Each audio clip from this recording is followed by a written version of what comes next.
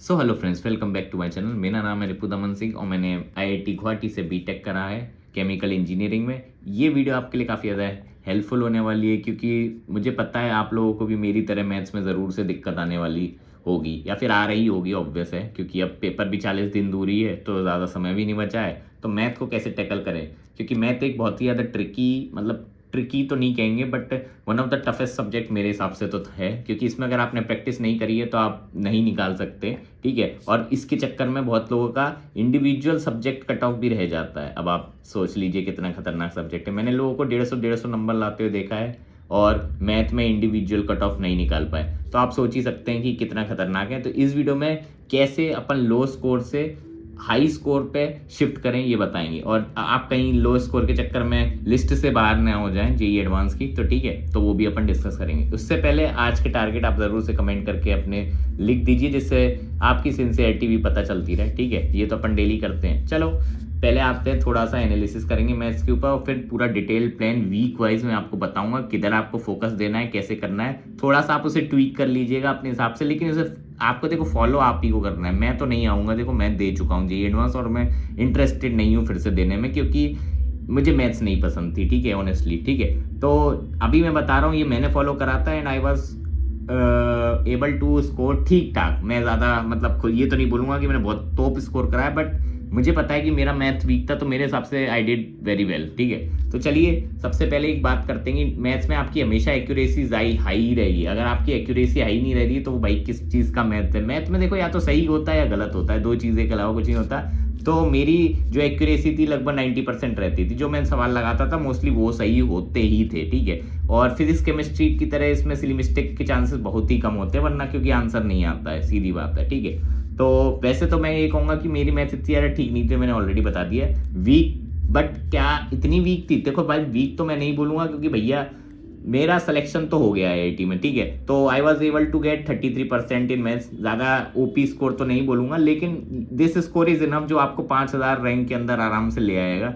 तो मेरी बात अगर आप सुन लेते हैं थोड़ी देर तो आपको समझ में आ जाएगा। और हो सकता था कि मैं इससे बेटर कर सकता था, बट मेरे पास ड्रॉप ईयर में ज़्यादा टाइम नहीं था और एक साल में मैथ पूरी कवर नहीं हो पाती कई बार। ठीक है, तो थोड़ा वीक रह गया था, बाकी सब्जेक्ट मेरे ठीक ठाक थे। ठीक है, तो एक बात मैं आपको बता दूं जो बहुत लोगों के मन में डाउट होगा कि एवरेज मार्क्स कितने आते हैं। तो भाई पिछले साल के डेटा स्टेट्स के हिसाब से जिन लोगों का सिलेक्शन हुआ है आईआईटी में उनकी बात कर रहा हूँ, मतलब जिनकी 25,000 के अंदर रैंक आई है, एवरेज पे पता है कितने मार्क्स थे? 20 मार्क्स।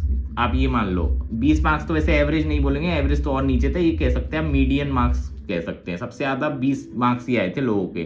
ठीक है, और अगर आप इसका परसेंटेज निकालोगे तो 16% से भी कम है। मतलब अगर आप देखो तो 4 नंबर के अगर 5 क्वेश्चन भी सही हो जाते हैं तो आप मतलब मेजोरिटी से आगे थे, आप सोच लीजिए। ठीक है, तो ये जो बैरियर है इसे कैसे ब्रेक करना है इस वीडियो में ये भी पता चलेगा। ठीक है, और 40 दिन का प्लान होने वाला है। ठीक है, और अपन ऑलमोस्ट 5 वीक का लगा रहे हैं, लास्ट वीक को नहीं गिन रहे हैं। ठीक है, वो आपके लिए, आप उसमें अगर आप नहीं कवर कर पा रहे तो उसमें आप देख लेना, वैसे तो ये 5 वीक्स के लिए ही रहेगा। ठीक है, तो सबसे पहले तो आपको स्क्रीनिंग करनी पड़ेगी। ठीक है, तो ऐसे स्कोरिंग टॉपिक आपको निकालने पड़ेंगे जो हमेशा आते हैं, एवरग्रीन। ठीक है, मतलब फिक्स है कि ये चैप्टर से तो आएगा ही आएगा। ठीक है, ऐसा नहीं होना चाहिए कि आप कुछ भी पढ़ रहे हैं, जो चीज़ एग्जाम में नहीं आ रही वो पढ़े जा रहे हैं बहुत देर से। आपने मास्टरी कर ली, पीएचडी कर ली भाई साहब, बट फायदा क्या भाई अगर वो पेपर में ही नहीं आता। ठीक है, तो सबसे पहले मैंने स्क्रीनिंग करी थी। मेरा फोकस था सबसे पहले कि प्रोबेबिलिटी करो, क्योंकि प्रोबेबिलिटी से हर बार 120 मार्क्स का अगर पेपर मान लीजिए 120 के हिसाब से है। ठीक है,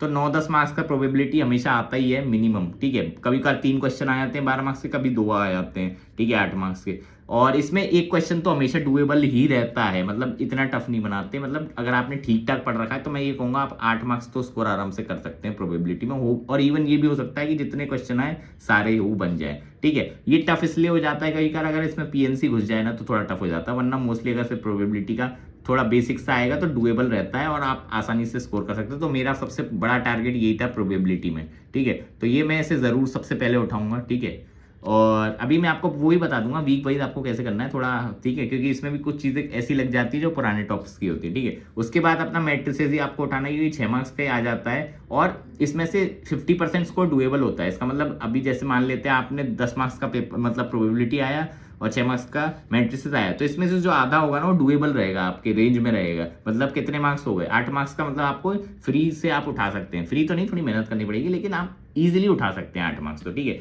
अपन क्या करेंगे, बैरियर को ब्रेक करेंगे आराम से, 30-40 नंबर तो अपन डुएबल कर लेंगे। और मैं प्रैक्टिकल बात बोल रहा हूँ, ये नहीं बोल रहा कि आप 10 के 10 ही करके आओगे, क्योंकि मुझे पता है आपसे भी 10 का नहीं होगा। बहुत ही रेयर होता है कि अगर आपकी मैथ अच्छी नहीं है ना तो नहीं होगा, मैं बता रहा हूँ। लेकिन जो मैं प्रैक्टिकल बात बोल रहा हूँ वो जरूर हो जाएगा। ठीक है, अब आगे चलते हैं। ठीक है, अब बात आती है सीक्वेंसर सीरीज की। देखो सीक्वेंसर सीरीज का अब क्वेश्चन आने लग गए हैं, 6 मार्क्स के आ जाते हैं। लेकिन पता है सीक्वेंस और सीरीज हार्ड होता है। पिछली बार भी बहुत ही तगड़ा क्वेश्चन आया था और हर साल ही टफ आ जाते हैं। जरूरी नहीं है कि आपसे बने, और टाइम वेस्ट अलग होता है। ठीक है, तो क्या करना है, सीक्वेंस सीरीज छोड़ दे क्या? नहीं, छोड़ना नहीं है, क्योंकि सीक्वेंस सीरीज का एप्लीकेशन हर जगह हो जाता है, कहीं भी घुस जाता है। तो इसलिए अपन इसका एप्लीकेशन के लिए तो जरूर से पढ़ेंगे। बाकी स्कोर अपन जरूर कर पाए जरूरी नहीं है, तो इसलिए मैंने इधर 0 मार्क्स ही कैलकुलेट करे हैं। ठीक है, अगर स्कोर हो जाता है तो बढ़िया बात, नहीं तो कोई बात नहीं। ठीक है, इसके बाद आता है अपना king, one of the king chapter, integration. Integration में मैं सब कुछ इंक्लूड कर रहा हूँ। ठीक है, जैसे limit, derivatives, area under curve. ठीक है, ये 24 मार्क्स का तो हमेशा आता ही है, और इसमें से आधे क्वेश्चन डुएबल होते हैं, बाकी कुछ टफ भी रहते हैं। ठीक है, चलो आधे मान लेते हैं, तो 12 मार्क्स आपके यहाँ हो जाते हैं। और चलो 12 भी नहीं, चलो आप कह रहे हो मेरा अच्छा है ही नहीं, तो 10 मार्क्स तो यार डुएबल रहता ही है, लिमिट मतलब इंटीग्रेशन का पूरा ओवरऑल। तो इधर से तो आप मार्क्स खींचोगे। 12 मार्क्स आपने मतलब 10 मार्क्स इधर से खींच लिए, 8 मार्क्स उधर पहले के हो गए, 18 मार्क्स तो आपके यहीं हो चुके हैं ऑलरेडी। ठीक है, अब अपन इस स्कोर अगर आप देखोगे तो अपन ऑलमोस्ट उन लोगों के पास आ चुके हैं, अपना स्कोर उधर तक आ गया जो जेईई एडवांस में सिलेक्ट हुए हैं। ठीक है, इसके बाद आता है वेक्टर 3D। वेक्टर 3D का भी अगर आपकी ज्योमेट्री वगैरह ठीक है ना, वेक्टर वगैरह, तो आपको आधे मतलब इसमें से 1/3 तो आप स्कोर आराम से निकाल ही लोगे। 12 मार्क्स का हमेशा आता है, तो 4 मार्क्स का तो आप जरूर से बना लोगे। ठीक है, अगर आपने इतना ही कर लिया ना तो 22 मार्क्स तो आपके यहीं हो गए। अगर मैंने अभी आपको बताया था ना, मीडियन स्कोर जो सिलेक्टेड कैंडिडेट्स का था उनका 20 मार्क्स था, तो आप देख सकते हैं आप उनसे ऑलरेडी आगे जा चुके हैं। अभी भी अपन ने नीचे चीजें छोड़ दी हैं, जैसे ज्योमेट्री पूरी छोड़ दी है, कोऑर्डिनेट ज्योमेट्री वगैरह।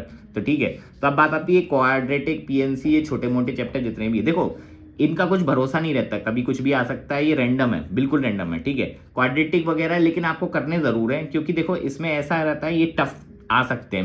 मैं बिल्कुल कह रहा हूँ कि ये टफ आ सकते हैं। हो सकता है कितना भी आपने मास्टरी कर लो, जरूरी नहीं कि बने, लेकिन फिर भी आपको करना इसलिए क्योंकि भाई इसके एप्लीकेशन इनका एप्लीकेशन हर जगह लगता है। ठीक है, तो बेसिक एप्लीकेशन के लिए अपन को क्वाड्रेटिक तो हर जगह घुस जाती है भाई, आपको पता ही है। पीएनसी भी कभी का घुस जाता है कहीं भी। ठीक है, तो ये सब इसलिए नहीं छोड़ना है, बस एप्लीकेशन पे देंगे अपन।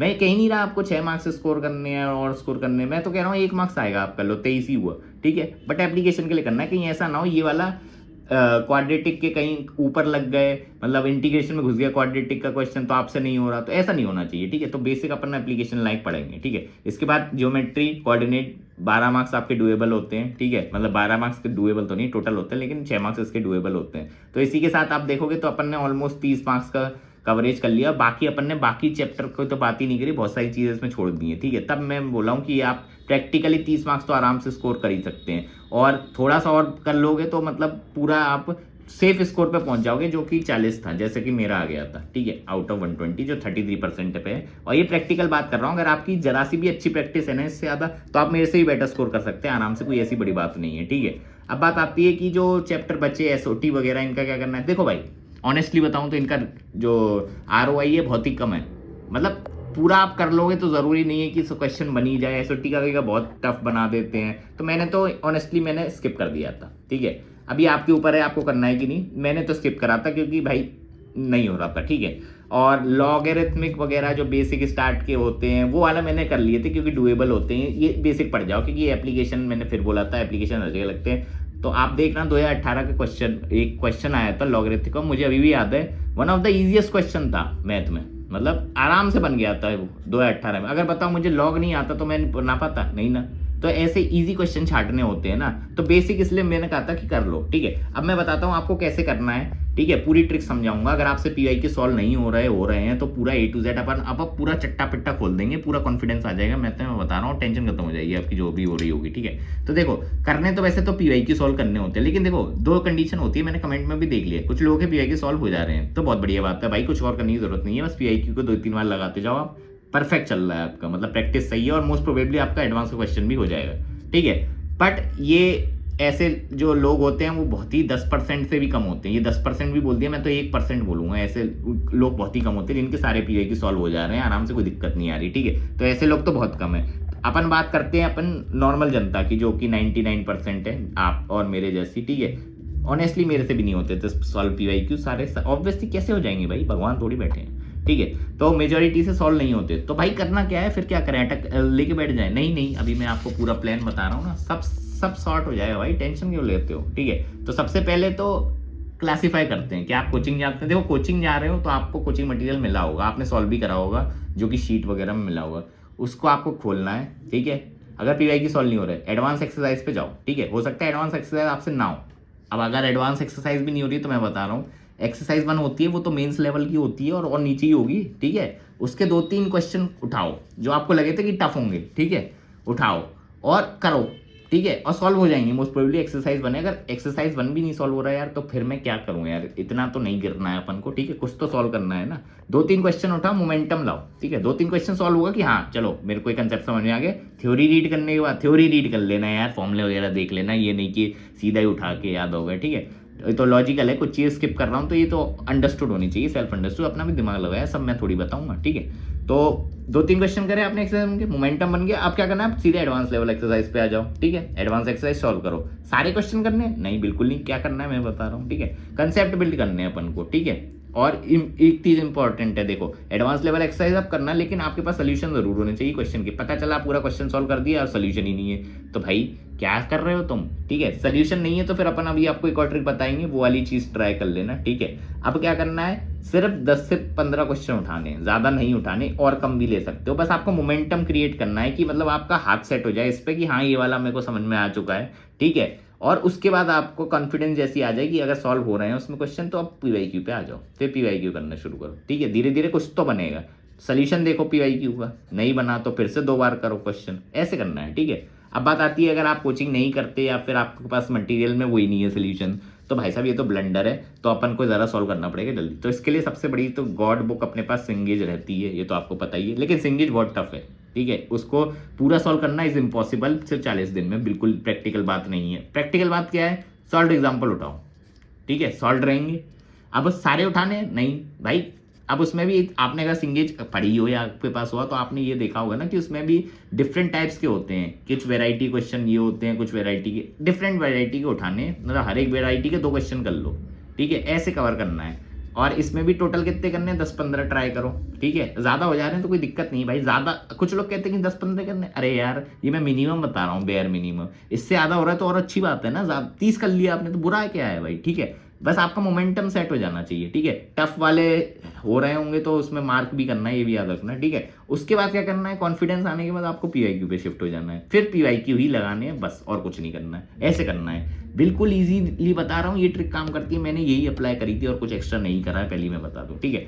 मैं हमेशा प्रैक्टिस का गेम है, तो ज्यादा क्वेश्चन लगा लोगे तो मोस्ट प्रोबेबली चांस है कि आपसे क्वेश्चन बन जाएगा, ठीक है। एंड गोल आपका PYQ ही होना चाहिए, ठीक है। PYQ 3-4 बार कर लिए मतलब इनफ है, ठीक है। भले ही हो सकता है पहली बार सॉल्व नहीं हुआ हो, किसी का नहीं होता भाई, मोस्टली नहीं होता, 99% का नहीं होता पहली बार सॉल्व, ठीक है। प्रैक्टिकल बात बता रहा हूँ, टॉपर का भी नहीं होता, जरूरी नहीं कि टॉपर का भी हो जाए, ठीक है। अब बात आती है कि वीक वाइज कैसे करना है। अब देखो 5 वीक का मैंने एक जरा सा बेसिक प्लान बनाया, इसको आप ट्वीक कर सकते हैं अपने हिसाब से, मैंने अपने हिसाब से बनाया था, ठीक है। सबसे पहले मैंने छोटे मोटे टॉपिक जल्दी से उठा लिए थे, जैसे सीक्वेंस सीरीज उठा लिए, क्वाड्रेटिक लॉग, ये एक दिन वाले चैप्टर है भाई, इसमें मैं कभी ज्यादा टाइम देता नहीं हूँ, ठीक है। प्रोबेबिलिटी, PNC, जल्दी जल्दी इनको वीक 1 में रखा था मैंने, ठीक है। वीक 1 में भी इनकी वेटेज अलग थी, जैसे प्रोबेबिलिटी को मैंने 2 दिन दे दिए क्योंकि इंपॉर्टेंट है, ठीक है। ऐसे ही आपको स्मार्टली अपना दिमाग दिखाना है, मैं थोड़ा ब्रीफ में आपको बता रहा हूँ कि आप अपना प्लान कर सकते हैं ऐसे। तो मैंने जो हल्के फुल्के वाले थे वो वीक 1 में कर दिए, क्योंकि इनका कंसेप्ट बाकी में अप्लाई होता है ना, तो इनको पहले करना पड़ेगा। तो बेसिक जल्दी से निपटाया, ठीक है। प्रोबेबिलिटी उठाया, इसमें कौन से ज्यादा इंपॉर्टेंट है, सीक्वेंस एंड सीरीज जो अप्लाई हो जाता है दूसरे में, क्वाड्रेटिक भी कह सकते हैं, और PNC वगैरह, और प्रोबेबिलिटी तो है, ठीक है। सैटरडे संडे रिवीजन के लिए रखेंगे अपन, ठीक है। फिर क्या करा, वीक 2 में दूसरा चैप्टर उठाएंगे। दूसरे चैप्टर में क्या, इंटीग्रेशन लिमिट, पूरा वीक इंटीग्रेशन को देंगे अपन, पूरा इज्जत देंगे, क्योंकि ये थोड़ा लंबा है, ठीक है। क्योंकि ये स्कोरिंग भी होता है, मतलब स्कोरिंग तो नहीं, मतलब इसका ज्यादा मार्क्स का आता है, ठीक है। उसके बाद वीक 3 किसको देंगे, वीक 3 और वीक 4 कोऑर्डिनेट और वेक्टर 3D और इंटीग्रेशन का अपन रिवीजन लगाएंगे, ठीक है। लास्ट में क्या करना है, कुछ बचा कुचा रह गया है थोड़ा, उसका बेसिक देख लेना है, बस ये है अपना फोकस। बस ये प्लान बनाओ, शुरू हो जाओ, इतना इनफ है, ठीक है। बट इससे अगर आप ज्यादा कर लेते तो और बेटर ही है, ठीक है। कम नहीं करना है इससे, ये बेयर मिनिमम मैं बता रहा हूँ, ठीक है। अब IIT की तैयारी कर रहे हो, हलवा थोड़ी है भाई, तो टफ तो होगा, लेकिन अगर आपने टफ पे जीत हासिल कर ली तो ऑब्वियसली सीट मिल जाएगी IIT में, ठीक है। तो आज की वीडियो में यही था, थैंक्स फॉर वॉचिंग। होप करते हैं आपका थोड़ा फियर कम हुआ होगा और ये प्रैक्टिकल स्ट्रेटेजी मैंने आपको बता दी है। चलो मिलते हैं आपको नेक्स्ट वीडियो में।